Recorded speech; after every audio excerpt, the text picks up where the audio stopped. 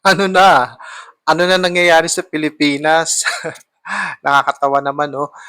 Ano na nangyayari ngayon sa Pilipinas? Si Diwata tatakbo sa Congress bilang fourth nominee ng vendors party list.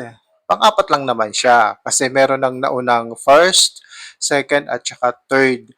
Ngayon itong vendors party list, kapag sinuwerte ito at malaki ang nakuhang boto sa next year election, ay magkakaroon siya ng 3 seats. Ibig sabihin, pwede siyang magkaroon ng tatlong representative, tatlong congressmen. Ngayon si Diwata, pang fourth nominee siya. So doon sa tatlong nauna at pagka may nag-resign doon o kaya may nawala, possible na pwede siyang umupo si Diwata kasi nga fourth nominee siya. Ngayon, kung walang magre-resign o kaya walang mawawala doon sa naunang tatlo, ay sorry si Diwata, hindi siya makakaupo as representative ng vendors party